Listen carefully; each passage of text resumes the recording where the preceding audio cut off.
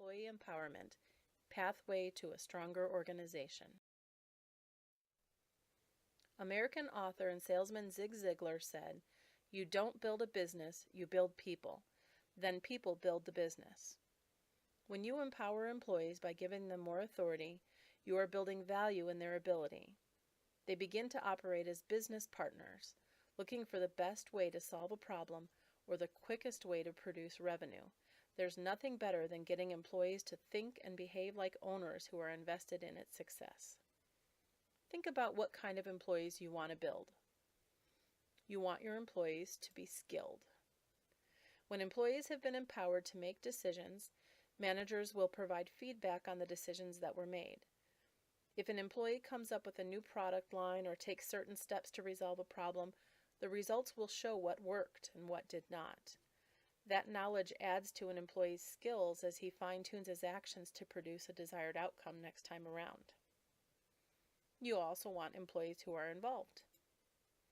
Employees who take part in decision-making have a personal investment in the success of a project. Even if they did not come up with the idea, empowered employees take ownership of their particular contribution in meeting business goals.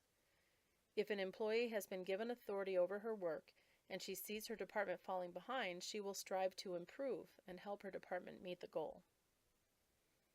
Empowering employees makes them more productive. That employee who takes charge of her work and receives feedback from her manager regularly is primed for success.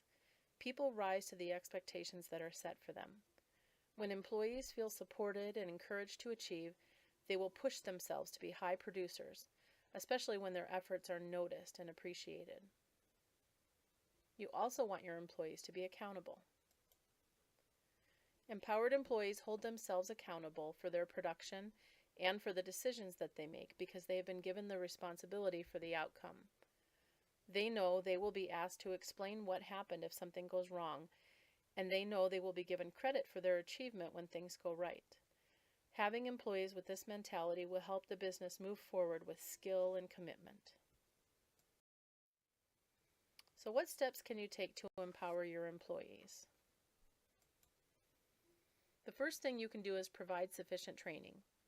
If a new employee joins a team, he needs to know everything about his role, starting with the purpose of his position and how it fits into the company vision. Training should cover all technical aspects of a position and also the thought process behind each piece.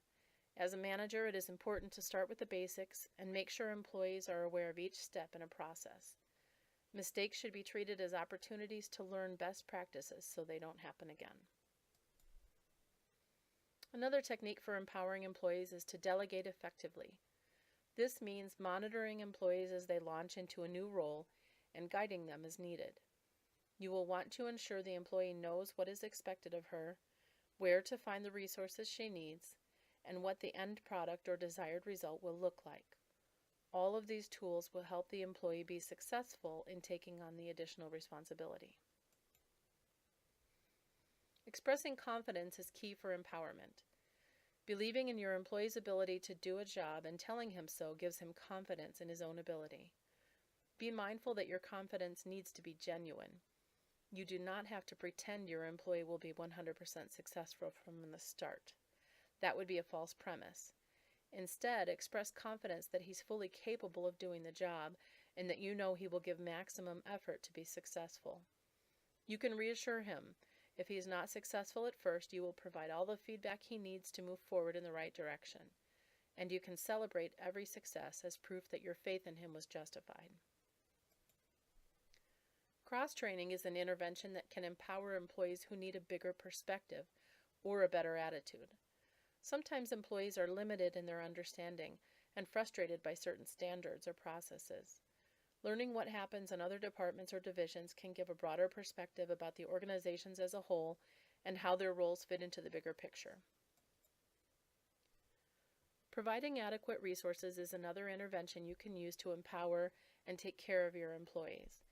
It is your role as a manager to help employees grow and develop into their current roles and prepare for advancement. Part of that responsibility is getting them the tools they need to be fully functional at work. This might mean getting employees additional training in preparation for more authority. If an employee is struggling on a personal level, you might need to refer her to an employee assistance program. If you notice employee quality is low, you may need to remind them how and where to access operation manuals or reference guides. Whatever problem an employee is experiencing, she needs to know that you will provide her with the resources she needs to be successful.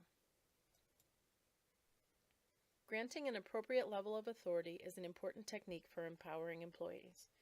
Once you are certain employees have adequate training, resources, and the right attitude, it is important to let them handle their responsibilities independently. After all, that is the whole point of having empowered employees. They do not need someone monitoring their every move. Empowered employees are motivated to work for the reward of a job well done, not to please you. Interpersonal communication skills are a necessary factor for organizational effectiveness. Communication plays a huge role in interactions between peers, managers and subordinates, employees and customers, and between different stakeholders within the organization. Let's take a look at some components of interpersonal communication. Emotional intelligence is a person's ability to identify and manage his own emotions and the emotions of others. Emotional intelligence does not come naturally to everyone, but it can be developed. Employees need to be aware of how emotions impact interactions. Strong emotion can overemphasize the significance of an exchange, especially if it is negative emotion such as anger or defensiveness. The goal is to help employees develop a professional demeanor which does not give in to emotion. This allows interactions to remain neutral and focused on facts. Clear thinking is always best for making decisions or relaying information. Empathy is the ability to understand another person's perspective. When empathy is used, miscommunication becomes a simple matter of figuring out where the message broke down and cooperatively restoring it.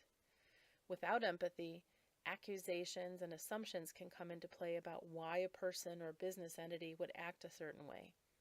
The most effective interactions take place when both parties understand what the other person needs or is trying to communicate. Self-awareness is a state of being fully cognizant of how you are communicating with others, both verbally and non-verbally. This is a challenging goal that requires self-reflection or feedback from others. Without self-awareness, we may impact others negatively without realizing it. Requesting feedback and noticing one's own behavior is the first step in self-awareness. Once awareness is gained, harmful behavior that interferes with communication needs to be modified.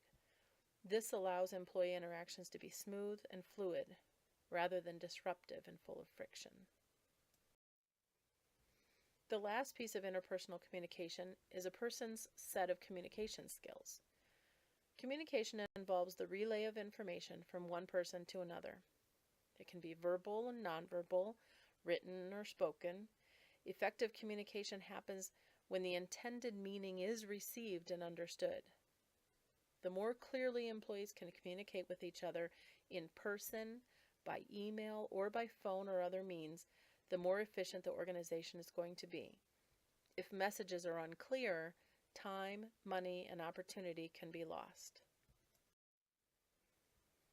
It is important to ensure workplace stress levels are not so high that productivity is impaired. Employees may not thrive, and morale will likely suffer if there is too much stress. Employees may feel stressed about job security.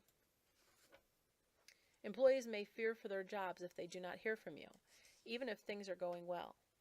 Provide feedback regularly so employees know where they stand and how they are measuring up to expectations. A heavy workload without end in sight can be demoralizing. Again, communication can help alleviate stress, even if the workload does not let up. Share financials and other data to give meaning and purpose to the workload. Thank employees for their contribution and tell them how much the company appreciates their dedication. Give a timeline or endpoints for when the workload might lighten up. Share what steps are being taken to reduce a workload. Poor work relationships can cause stress. With so much of our life spent at work, relationships with coworkers have a tremendous impact on quality of life. Poor relationships can lead to withdrawal, low morale, absenteeism, and even resignation. Step in where needed to facilitate teamwork and open communication between employees. Having too little work to do can also be a source of stress. Be sure employees are sufficiently challenged with enough work to help them feel useful. Lack of training can be a source of workplace stress. Especially during a change initiative, it is important to get ahead of the change and educate employees on new processes or technology. Employees who feel bewildered may be too stressed and overwhelmed to ask for help, so keep a steady dialogue going during change initiatives to monitor stress levels. Be mindful that not all stress is bad. Strong deadlines and challenging goals can spur employees to rise to the occasion. With plenty of resources and good communication, employees may enjoy pushing themselves to achieve. To review, here are some effective interventions that will build up your employees. Practice employee empowerment techniques, like providing training and resources. Delegate appropriately and express confidence in your employees, whether feedback is positive or negative. Utilize cross-training opportunities to help employees gain a broader perspective and match authority to employees' skill level. Improve interpersonal communication by helping employees build emotional intelligence, empathy, self-awareness, and communication skills. Lastly, manage stress levels by alleviating uncertainty about the job security and extremely heavy workload.